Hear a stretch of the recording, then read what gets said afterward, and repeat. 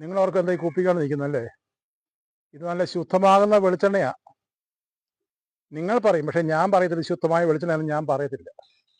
അതിന് കാരണം നമ്മൾ എങ്ങനെല്ലാം അരിച്ച് അല്ലെ എത്രയെല്ലാം അത് ഒഴിച്ച് ശരിയാക്കി എന്ന് പറഞ്ഞാലും ഇത്രയും കളറ് വെളിച്ചെണ്ണയ്ക്ക് വരത്തില്ല. അത് കണ്ണുനീർ തുള്ളി പോലിരിക്കുന്ന വെളിച്ചെണ്ണയായത്. ഞാനത് പറയാനുള്ള കാരണം, ഞാൻ 5 വർഷം കൊപ്ര മില്ല് നടത്തിയതാണ്.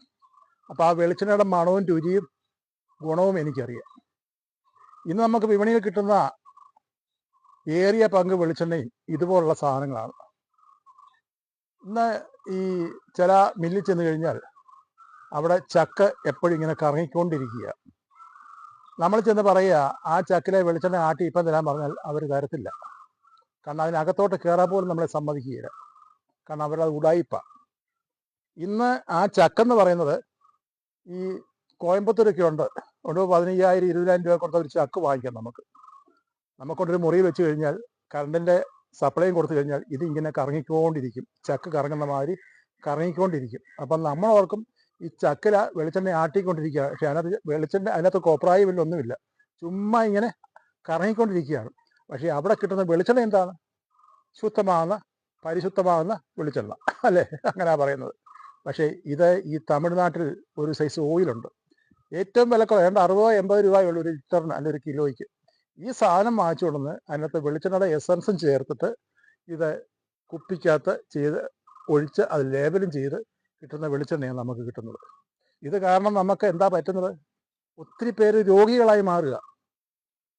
വയറിനകത്ത്, ആമാശയത്തിൽ, കുടലിൽ എല്ലാം രോഗമുണ്ടായിട്ട് ഇന്ന് മിക്കവാറും ഒരു 95% ആൾക്കാരും ഈ ഭക്ഷ്യെണ്ണ ഉപയോഗിക്കുന്ന കാരണം രോഗികളായി തീരുകയാണ്. ഇത് ലാഭത്തിന് വേണ്ടി ഉണ്ടാക്കുന്ന കാര്യമാണ്. പക്ഷെ മനുഷ്യൻ്റെ ആരോഗ്യത്തെക്കുറിച്ച് അവർ ചിന്തിക്കുന്നില്ല. അവർക്ക് ചിന്തിക്കേണ്ട കാര്യമില്ല, അവർക്ക് ലാഭം മതി. അപ്പം ഞാൻ പറഞ്ഞു വന്ന ഇതാണ്, നമ്മൾ വളരെ ശ്രദ്ധിക്കണം. ഇതുള്ള എണ്ണ വാങ്ങിച്ച് നമ്മൾ ഉപയോഗിക്കും. വിലക്കുറവാ അല്ലേ? ഇതിന് വിലക്കുറവാണോ? അല്ല, 400 രൂപ 450 രൂപ ഒരു ലിറ്ററിന്.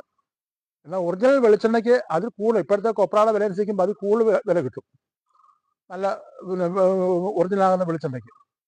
അപ്പം ഇതുപോലുള്ള വെളിച്ചെണ്ണകൾ വാങ്ങിച്ച്, വെളിച്ചെണ്ണയാണെന്ന് പറഞ്ഞ് കിട്ടുന്ന ഈ ഓയിൽ വാങ്ങിച്ച് നമ്മൾ ഒരിക്കലും വഞ്ചിതരാകരുത്. അതാണ് ഞാൻ പറയാൻ വന്നത്.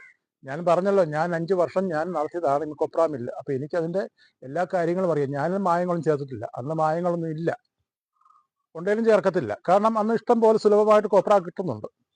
ഇന്ന് കൊപ്ര കിട്ടുന്നില്ല. കൊപ്രയ്ക്ക് പകരം ഇന്ന് ഇതാ വെളിച്ചെണ്ണയുടെ എസൻസ് ഇതുപോലുള്ള ഓയിനകത്ത് ചേർത്തിട്ട് നമുക്ക് വിപണിയിൽ കിട്ടുന്ന അത് വാങ്ങിച്ച് നമ്മൾ ആഹാരത്തിൽ പാചകം ചെയ്ത് കഴിയുമ്പോൾ നമ്മൾ എല്ലാം രോഗികളായി മാറുക. അത് മാത്രമേ എനിക്ക് പറയാനുള്ളൂ.